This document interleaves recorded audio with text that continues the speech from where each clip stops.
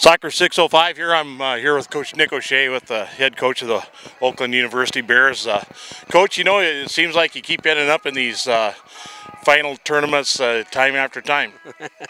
Well, we've done good over the years. Yeah, I think this is our I don't know 14th championship we're playing for right now. So I think that ranks. I know when we had 13, we have 14 now, so we're playing for 15.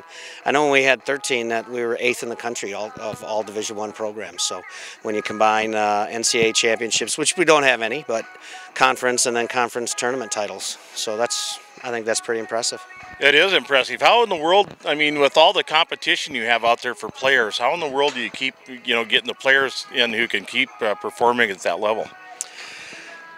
Well, I think it's a number of things. I think, we sometimes don't look in the traditional areas, but we also do a very good job, I think, of developing them once they come, and right away trying to let them know what Division I soccer is about and the transition to that from club soccer. You know, I was talking to a Division I coach the other day about that very thing, about developing players once you get them. And, it seems like it can be kind of difficult if you've had a player who's really been coached up in a very high-powered club versus a good athlete who hasn't been coached so much. What kind of player are you looking for there?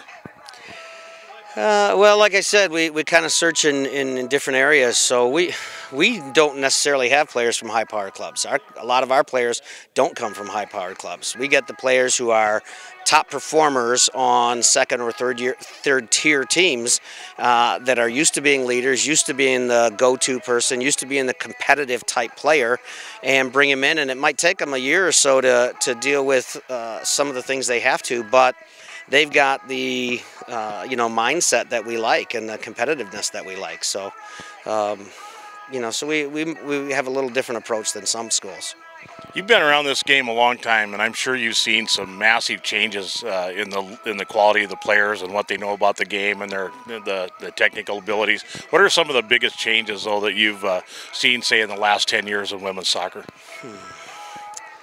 Well, the number of players who are technically capable of playing, I think is one thing for sure that stands out. So you've got, we're getting to a point now where we can play a better team game because we can put 11 players out there with some subs that can come in and still play, and not just hardworking players that might not be technically so gifted. So that for sure, the number of good players that are available that are being produced through the club system.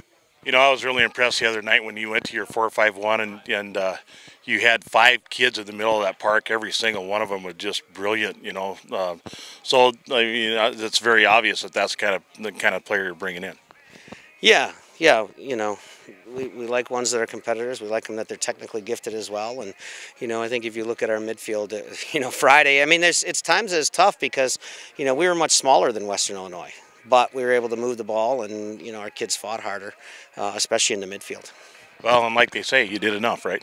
That's right. It's about winning games, and as much as you like to get that second goal, there's times where one is enough, and shut it down, and get it done. Well, that's what I really liked standing there watching your interview after the match, because basically I got this from you. We got up, we did what we need to do, and we played winning soccer, and that's what it's all about at this point in the season. Yeah, and it doesn't always work. Doesn't always work because when you try and defend a lead, especially if you try and defend it for too long, and especially you're playing against a team that played you 5 days earlier, so they know you and they know what you're doing. So, but it happened to work. So and the other thing too is you save a bit of energy, hopefully for the game 2 days later. Well, speaking of playing a game a few days earlier, the last time you met Fort Wayne, it wasn't a great outcome for you, as I recall, and. We're looking, watching both teams looking for one tremendous battle in the middle of the park. I mean, both teams play a lot of midfield soccer. Yeah, well, I think they have some very good fast players, and the last time we actually went up 2-0, and they just kept fighting and got 2, tied it up by halftime, and then they got one, midway through the second half. So, yeah, they're a good aggressive team. They play hard. They go forward fast. And yeah, it's going to be a tough game. Well, and we know the old rule of soccer, about the hardest thing in the world is to beat a good team twice in a row, especially within a couple weeks of each game. So, it's just going to be a fun game to watch. Best of luck. Thank you very much. Thanks.